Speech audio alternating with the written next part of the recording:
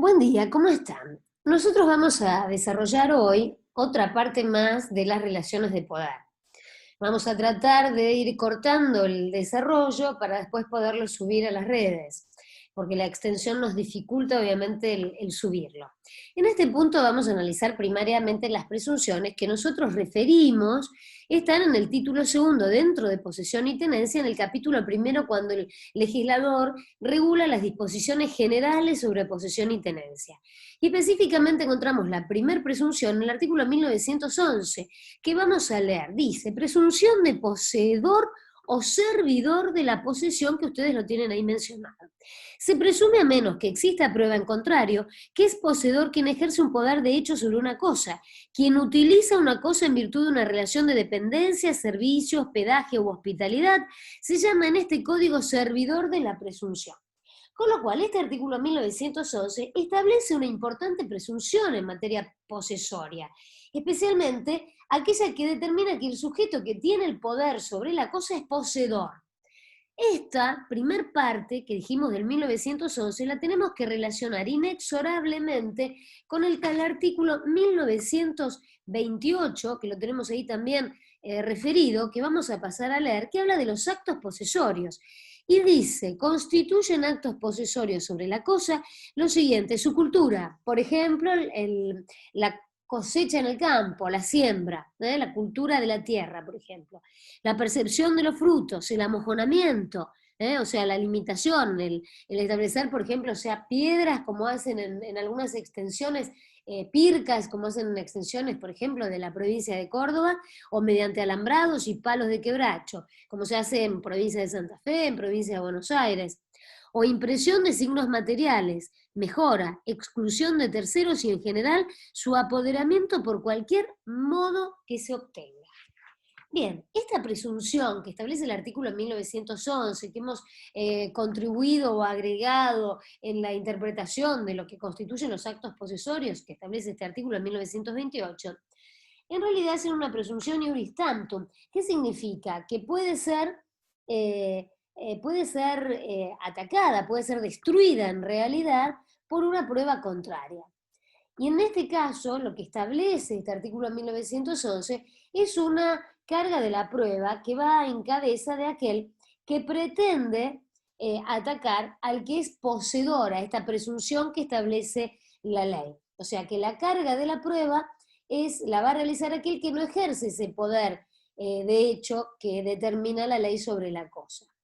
Porque la ley lo que establece es que quien ejerce ese poder de hecho sobre la cosa es muy probable que sea el poseedor legítimo, ese poseedor. Con lo cual, la carga de la prueba acá, por el 1911, se invierte.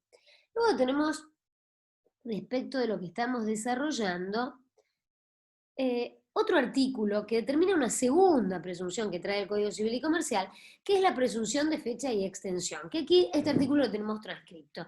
El 1914 dice presunción de fecha y extensión, si media título se presume que la relación de poder comienza desde la fecha del título y tiene la extensión que en él se indica.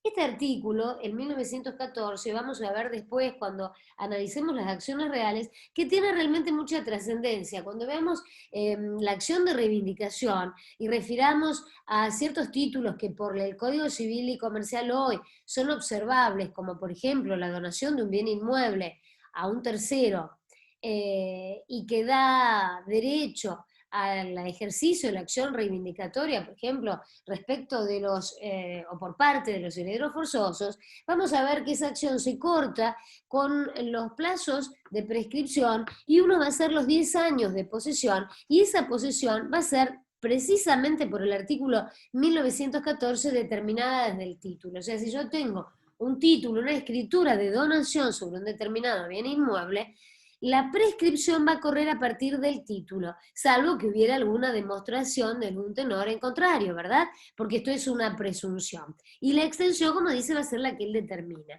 Para analizar esta presunción, resulta necesario que nos remitamos también al artículo 1898, que vamos a pasar a leer lo que dice la prescripción adquisitiva breve, conforme a lo que yo les estaba contando justamente de la observabilidad de determinados títulos y sobre todo de lo que nos interesa acá en los derechos reales, que es la acción eh, que habíamos mencionado, obviamente, que implica la persecución también de la cosa, con algunas limitaciones que hoy el Código Civil y Comercial ha incluido que no teníamos en el Código Velezano. Leemos el artículo 1898, prescripción adquisitiva breve. La prescripción adquisitiva de derechos reales con justo título y buena fe se produce sobre inmuebles por la posesión durante 10 años. Ven cómo se relaciona con el 1914. Si la cosa es mueble, hurtada o perdida, el plazo es de 2 años. Y finalmente, si la cosa es registrable, el plazo de la posesión útil se computa a partir de la registración del justo título. Y estamos hablando registrable, caso de un automotor, una embarcación, una aeronave, y bueno, en los bienes inmuebles, obviamente. Así que esto que hemos leído también lo debemos complementar con otro artículo que es el 1903, porque del juego vamos a ver cuál es la conclusión que podemos sacar. El 1903 habla del comienzo de la posesión y dice, aquí donde ustedes lo tienen transcrito, se presume, salvo prueba en contrario, que la posesión se inicia en la fecha del justo título de su registración si esta es constitutiva. La sentencia declarativa de prescripción breve tiene efecto retroactivo al tiempo que comienza la posesión, sin perjuicio de los derechos de terceros interesados de buena fe.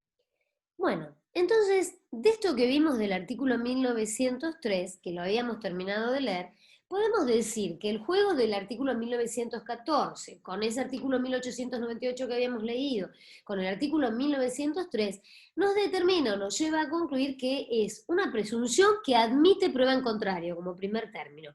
Y en segundo término, que si la cosa es registrable y la registración es constitutiva, hay que calcular, o al menos presumir, que se inicia la posesión desde dicho momento, si es que eso ha ocurrido, ¿verdad? Con lo cual tenemos esos dos elementos. Pero este artículo que nosotros habíamos visto, que era el artículo 1911, tenía una segunda parte, volvemos ahora al artículo, que era la que decía específicamente que se vinculaba con la extensión. Nosotros habíamos hablado en esta parte, perdón, en la extensión, el artículo 1914, discúlpenme, que dice que es la extensión en la que se indica, se vincula con la extensión. Esto implica que la posesión, al ser un estado de hecho, puede existir sin que necesite estar acompañada o ser reflejo de un derecho. Eso es lo que tenemos que deducir de esta parte. Y acá lo tenemos que relacionar inexorablemente también con otro artículo, que es el artículo 1917, que vamos a pasar a leer, que establece la innecesariedad del título. El sujeto de la relación de poder sobre una cosa no tiene obligación de producir su título a la posesión o a la tenencia, sino en el caso que debe exhibirlo como obligación inherente a su relación de poder. Con lo cual, del mismo artículo, y vamos adelantando, vamos diciendo que conforme a esta regulación que nos trae el código, la posesión es un hecho y no un derecho. Bueno, aquí tenemos dos puntos que debemos analizar acá que nos determina el artículo 1915 antes de pasar con la siguiente presunción, que es el tema de la inmutabilidad de la causa y de la interversión del título. Esto lo traen ambos supuestos el artículo 1915.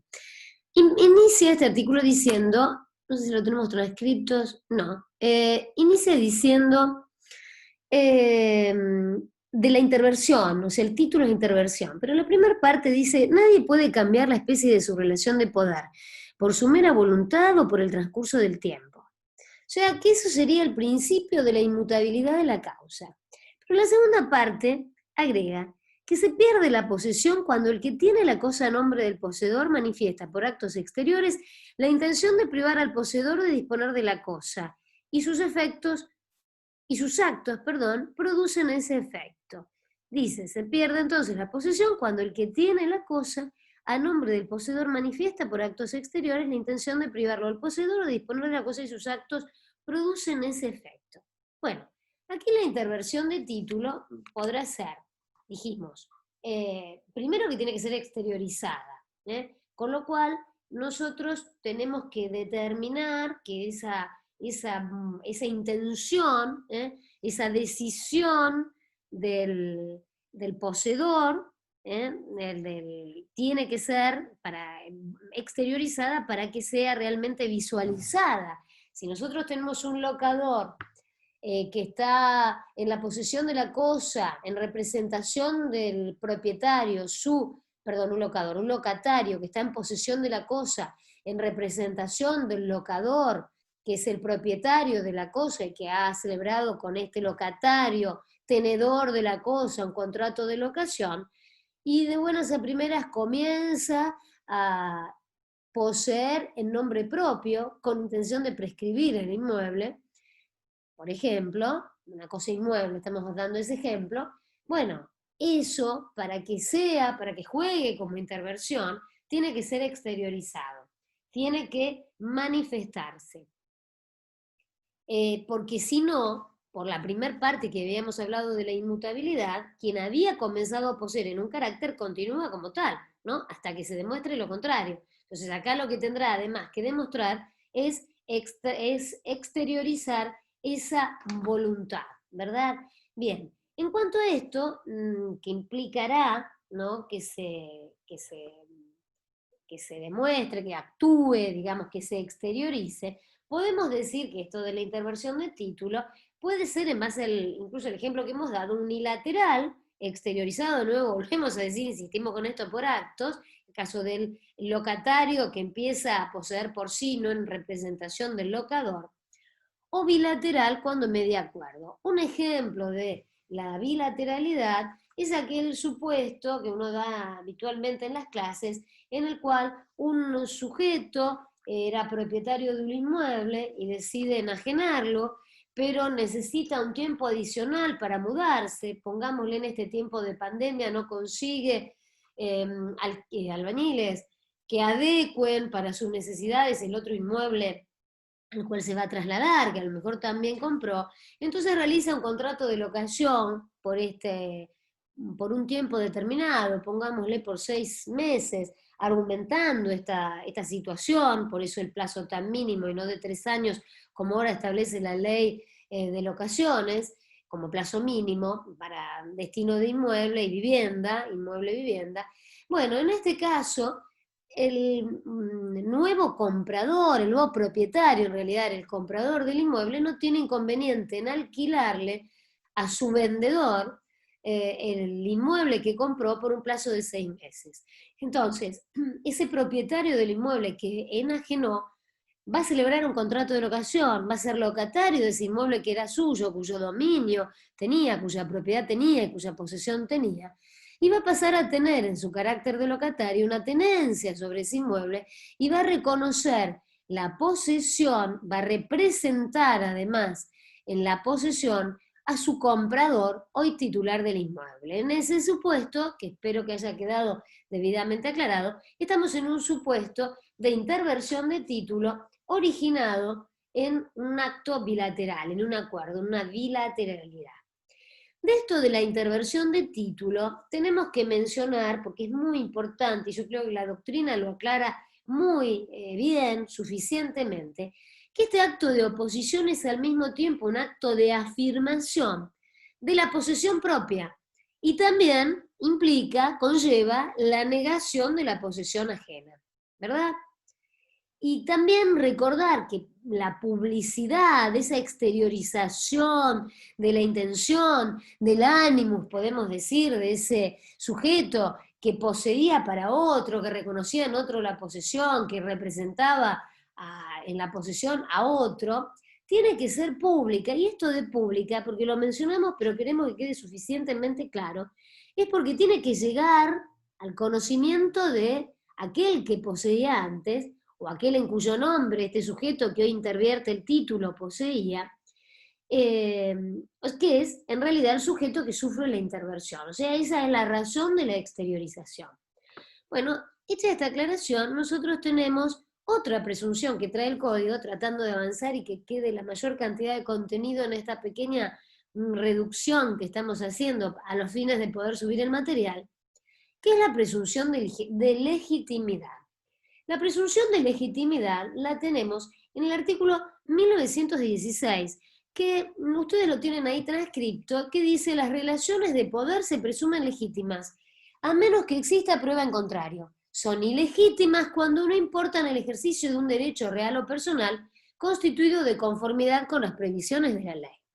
Bueno, aquí partimos, yo diría que esta tiene dos partes interesantes, o que vamos a tratar de mencionar, que igual vamos a unir en 1916 al 1917, pero vamos a mencionar que la carga de la prueba va a ser por aquel que trate de demostrar que aquel que se encuentra en la relación, ejerciendo esa relación de poder, es ilegítimo. O sea, que la presunción del legislador es que es legítima. Y la carga de la prueba va a ser por parte de aquel que quiere demostrar lo contrario. Vale decir que el sujeto de la relación de poder no es el que tiene que demostrar nada, nada tiene que demostrar. Sí lo tiene que demostrar aquel que se le oponga, que lo enfrente, que fundamente o afirme la ilegitimidad de la relación, que es quien carga con la prueba. Y esto va a incidir, como vamos a ver más adelante, en las acciones posesorias y en las acciones reales también. De este modo, el poseedor no tiene nada que demostrar, sino que el que lo tiene que demostrar es el otro. Y esto también se aplica no solo a la posesión, sino también que se aplica a la tenencia, lo cual ustedes lo tienen que tener en cuenta y nosotros lo recalcamos específicamente. La finalidad, perdón, de la norma es que trata de disminuir, minorizar, evitar cuestiones que han tenido tanta conflictividad cuando se trata de probar, de la demostración luego en instancia judicial de la posesión. Entonces, la presunción que trae este artículo es que quien posee tiene legitimidad en ello. Pero luego vamos a ir a un artículo 1917 que lo vamos a complementar y que tiene que ver y también se va a aplicar seguramente, es en la interpretación que forzosamente debemos hacer y que también lo vamos a ver aplicado a ambos artículos en los cosas muebles, porque este artículo en 1916 y en 1917 también se aplican a la posesión en bienes muebles, y vamos a leer que en 1917 habla de la innecesariedad del título. Dice: el sujeto de la relación de poder sobre una cosa no tiene obligación de producir su título a la posesión o a la tenencia, sino en el caso que debe exigirlo como obligación inherente a su relación de poder. Por ejemplo, si tuviera que hacer, no sé, digo yo, una demarcación respecto del lote, una división, etcétera, o qué parte está ocupando del inmueble, supongamos, o poseyendo técnicamente.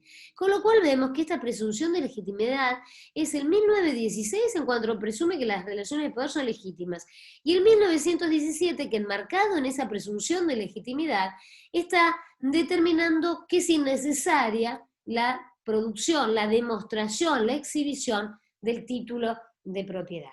Bueno, hecha esta aclaración respecto a la presunción de legitimidad, vamos a otras presunciones que son importantes para tratar de cerrar en esta parte. Vamos a ver si el tiempo nos lo permite, las materias, las resoluciones, las normas que establece el código y la doctrina respecto a las presunciones. Luego tenemos la presunción de continuidad. La tenemos regulada en el artículo 1930, que establece que se presume, a menos que exista prueba en contrario, que el sujeto actual de la posesión o de la tenencia, aplicamos estas presunciones para posesión y para tenencia, ya lo dijimos, prueba de ello es precisamente esta parte del artículo 1930, que prueba haberla ejercido anteriormente.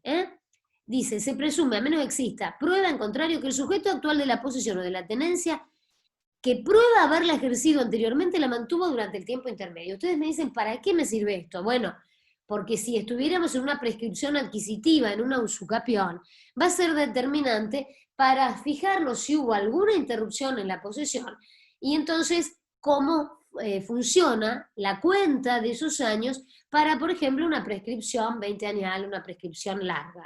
Supongamos que no hubiera justo título, que dijimos que el justo título es la escritura. Bueno, en eso va a ser determinante. Entonces, salvo que hubiera alguna demostración, alguna prueba en contrario, que la posesión se mantuvo desde el momento en que inició. O sea que eso es muy importante. Y luego tenemos otra presunción, que es la presunción de adquirir a título oneroso, que la tenemos en el artículo 1895, y que también puede ser desvirtuada, pero tiene que ser demostrada. Esa desvirtuación debe ser probada.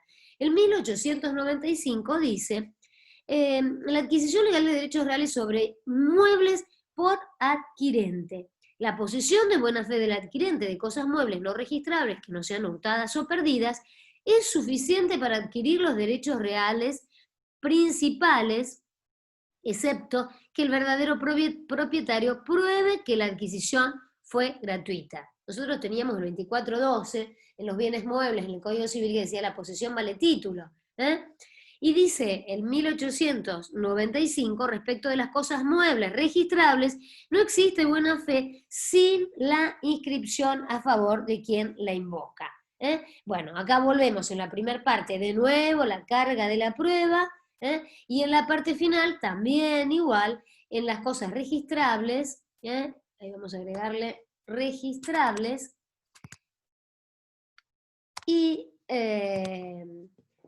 que bueno, incide obviamente la inscripción, no existe esa buena fe respecto a bienes muebles registrables, automotor, motovehículo, aeronave, embarcación, etcétera, porque en realidad esto da solución a grandes problemas que existieron respecto a los automotores, al hurto de los automotores, a la modificación de chasis, número de motor, etcétera, con lo cual aquí la presunción se invierte y no va a existir buena fe si no hay inscripción registral. Bueno, hemos entonces hablado de la presunción de continuidad y de adquirir, dijimos, a título oneroso y relativo a bienes muebles. Luego tenemos una presunción adicional, que es la presunción sobre las fechas. Antes de ir cerrando esta charla de hoy, el artículo 2243 establece que si es dudoso quien ejerce la relación de poder al tiempo de la lesión, se considera que la tiene quien acredita estar en contacto con la cosa en la fecha más próxima a la lesión. Si esta prueba no se produce, se juzga que es poseedor o tenedor el que prueba una relación de poder más antigua. Entonces, primero, quien la tiene, si es dudoso, hay una presunción de quien es poseedor, quien acredita estar en una fecha más cercana en posesión de la cosa. Si esto no se puede demostrar, se juzga aquel se juzga poseedor o tenedor, porque de nuevo acá volvemos a aplicar esta presunción, como dijimos antes, tanto para la posesión como para la tenencia, aquel que tiene una relación de poder más antigua. Bueno, desarrollado esto, y recordado el tema de la exteriorización y demás, podemos cerrar esta parte hablando de la naturaleza jurídica de la posesión, brevemente, porque ya lo hemos mencionado antes, y los que se han encargado de su desarrollo también han sido y han tenido desarrollo aquellos que hemos mencionado al inicio cuando hablábamos de las relaciones de poder, mencionábamos a Jhering y Savigny. Bueno, Jhering, que sostiene que es un derecho subjetivo y habla de todo interés jurídicamente protegido. También Messineo habla de que es un derecho subjetivo. Y después tenemos por otro lado, siempre opuesto parece a Jhering, en varios puntos van a ver ustedes si siguen investigando, Savigny, o al revés, Jhering se opone a Savigny, como habíamos dicho al inicio, en la primera charla, y Savigny dice que es un hecho, y solo por sus consecuencias entra dentro del ámbito del derecho. O sea que en realidad no es un derecho, sino que es un hecho al que el ordenamiento le da consecuencias jurídicas. O sea, por sus efectos, entra dentro del ámbito del derecho. Para nuestra resolución, para el Código Civil y Comercial, como lo hemos leído antes, lo vamos a volver a mencionar ahora, cuando hablamos de la innecesariedad del título, para nuestro código es un hecho que produce efectos jurídicos, con lo cual estamos viendo que de nuevo toma la posición de Savigny. Habíamos mencionado antes que tomaba la posición de Savigny y acá vuelve a tomarlo cuando dice en la parte final, sino en el caso que deba exhibirlo como una obligación inherente a su relación de poder y que esto está implicando, este artículo en 1917, que la posesión es un hecho. Bueno, cerramos aquí este breve desarrollo, breve charla, para después ingresar en la última charla, en la siguiente, no sé si va a ser la última o la antepenúltima, a la tenencia y tratar de ver las clasificaciones que sobre tenencia y sobre posesión también trae el Código Civil y Comercial. Nos vemos en el siguiente espacio.